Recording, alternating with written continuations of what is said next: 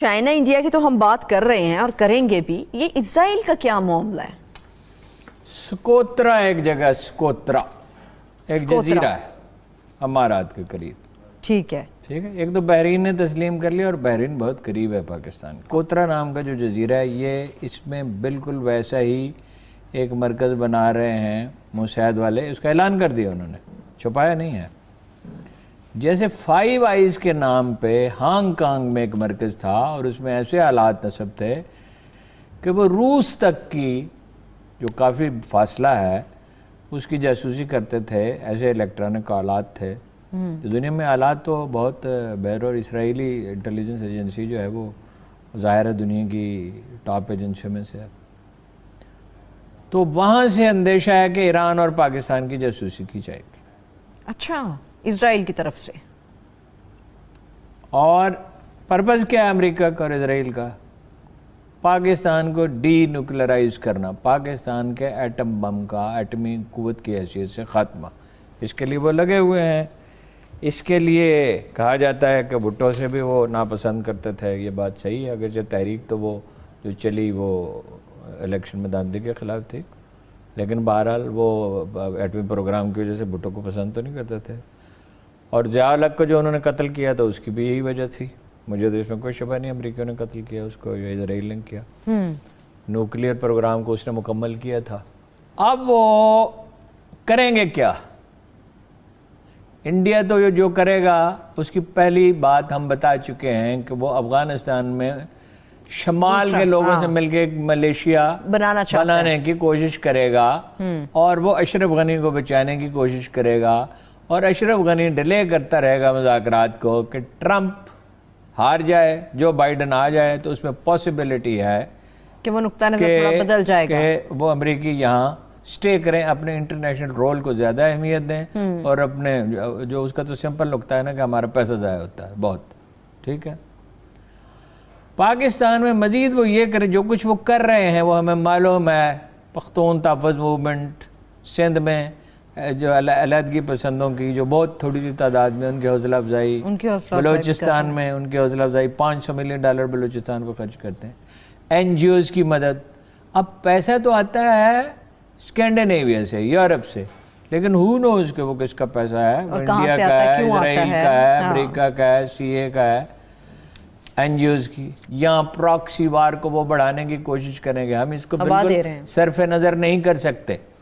کچھ سفیروں نے کچھ لوگوں سے ملاقاتیں کی ہیں اس کو ہوا دینے کے لیے، اور کچھ لوگ ہیں جنہیں باہر سے مدد ملتی ہے، اور یہ مجھے بتانے کی ضرورت نہیں ہے کسی کو کہ وہ لوگ کون ہیں، دینے والے کون ہیں، لینے والے کون ہیں. یہ بتانے کی ضرورت بھی نہیں ہے کہ دبئی سے کن کے راستے کس کو پیسہ ملتا ہے اور ڈائریکٹ کس کو ملتا ہے، اور لندن کون جاتے ہیں، اور مڈل ایسٹ جا کے کون وصول کرتے ہیں، اور امریکہ کون جاتا ہے. یہ اداروں کو معلوم ہے. وہ بہتر طور اس میں نرمی نہیں کرنی چاہیے.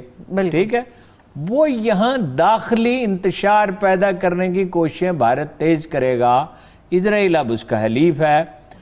ہمیں اسرائیل سے ڈائریکٹ کنفنٹریشن کی قطعاً کوئی ضرورت نہیں ہے. ہم اپنا تحفظ چاہتے ہیں. انڈیا اور چائنا کا معاملہ دیکھ لیں جلدی، جو موضوعات بہت ہیں. انڈیا اور چائنا کا معاملہ یہ ہے، مودی صاحب بننے کی کوشش کر رہے ہیں. کہہ رہے ہیں جی کہ $1 بلین ماہانہ خرچ ہوں گے، کیونکہ وہ وہاں اسلحہ لے جانا آسان تو نہیں نا. ٹرکوں کے قافلے اپریل سے اکتوبر تک جائیں گے، اکتوبر کے بعد تو بہت شدید برفباری ہوتی. اور C-17 اور C-130J طیاروں کے ذریعے کوئی سامان منتقل کیا جائے گا. پھر وہ اڈے ایکسپینڈ کرنے پڑیں گے، پھر ان کی صفائی، پھر اس اسلحے کے لیے ڈپو، اخراجات تو بہت ہوں گے. دراصل وہ یہ کہہ رہے ہیں کہ ہمیں روکو. اپوزیشن کو یہ کہہ رہے ہیں، یا بھارتی رائے عامہ کو یہ کہہ رہے ہیں، اس کام سے مگر کھل کے نہیں کہہ سکتے. اب چینی جو امریکہ یہ چاہے گا کہ چین اور انڈیا کی لڑائی ہو جائے، کم از کم محدود لڑائی تو ضرور ہو جائے.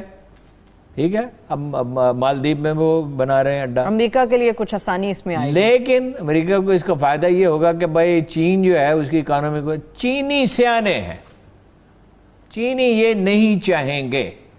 لیکن جنگ کو ایک فریق نہیں ٹال سکتا، جنگ کو دونوں فریقوں نے ٹالنا پڑتا. اگر لیکن راہل گاندھی نے بھی موقع سے فائدہ اٹھا یہ کر رہا ہے اور وہ کر رہا ہے, دباؤ بڑھایا اور سارا فضا مسموم ہے. خدا نخواستہ بپن راوت صاحب جو ہیں وہ چیف آف آرمی اسٹاف پہ تنقید کر رہے ہیں, کوئی امیت شاہ پہ تنقید کر رہا ہے, کوئی اجیت دوول پہ کر رہا ہے. اب ان میں سے کوئی بھی اگر آدمی جو ہے کوئی حماقت کر بیٹھے کسی محاذ پر, تھوڑی سی بھی جنگ ہو تو اس پورا خود خطہ ڈیسٹیبلائز ہو جائے گا. کچھ چیزوں کا انحصار ٹرمپ کے جیتنے یا نہ جیتنے پہ ہے. جیسے کہ اگر ٹرمپ افغانستان, ٹھیک ہے, دیکھیں بڑی دلچسپ بات یہ ہے کہ جتنی اشرف غنی سے انڈرسٹینڈنگ ہے نا امریکیوں کی, طالبان سے اس سے کم نہیں ہے. اگر انڈیا اور چین کی جنگ فرض کیجیے ہوتی ہے, باب وڈورڈ دا فیمس جرنلسٹ جس نے نکسن کا سکینڈل بے نقاب کیا تھا, اس نے کتاب لکھی ہے ڈونلڈ ٹرمپ پر, اس میں لکھا ہے کہ بھئی میں نے اس کو کئی دفعہ بچایا ہے, محمد بن سلیمان کو. اچھا جی, اور کانگریس خلاف ہے, اس کے سینٹ خلاف ہے. ایک بڑی وجہ خشوگی کا قتل ہے, اس لیے کہ خشوگی برٹش اور امریکن انٹیلیجنس سے اس کے رابطے تھے. لہذا اگلے چند ہفتے بڑے اہم ہیں, ٹھیک ہے, انتہائی اہم ہیں. ٹھیک ہے, آپ نے وقفہ کرنا ہے. نہیں مجھے ابھی صرف 1 منٹ ہے میرے پاس, میں ایک سوال پوچھنا چاہ رہی تھی. آپ نے جس طرح سے کہا کہ اگلے چند ہفتے بڑے امپورٹنٹ ہیں, خالد صاحب آپ نے دنیا بھر کی بات کر دی, پاکستان کی حکمت عملی آپ کو کچھ نظر آ رہی ہے کہ اگر کہیں پر بھی کینوس تبدیل ہوتا ہے تو پاکستان کہاں پہ؟ دیکھیے 2 بلاک بن رہے ہیں, امریکہ, اسرائیل, عرب, انڈیا, آسٹریلیا, جاپان بھی بالواسطہ طور پر شامل ہے, کچھ یورپی ملک. دوسرا بلاک بنا چین, روس, ترکی, ایران اور کچھ یورپی ممالک اس میں شامل ہو سکتے ہیں. پاکستان کے لیے بہترین راستہ تو یہ ہے کہ وہ دوسرے بلاک کی طرف جائے, اپرچونٹی بہت زیادہ ہے, اس کی طرف مائل ہو, اس میں پوری طرح اس میں شامل نہ ہو. یہ ایک کافی نازک طریقے سے اس کو ہینڈل کرنا ہوگا, یعنی امریکہ سے تعلقات میں تلخی اور کشیدگی پیدا نہ ہو.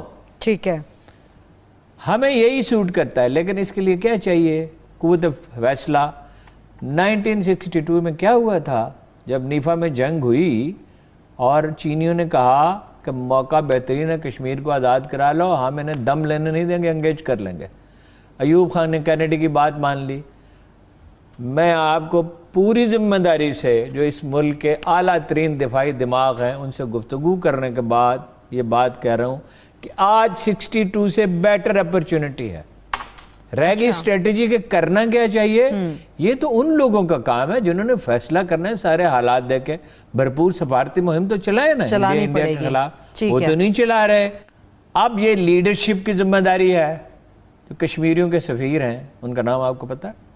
سنا تھا ایک دفعہ وزیر اعظم پاکستان عمران خان صاحب ہیں, ایک دفعہ تقریر میں انہوں نے کہا تھا میں کشمیر حرکت میں آئے.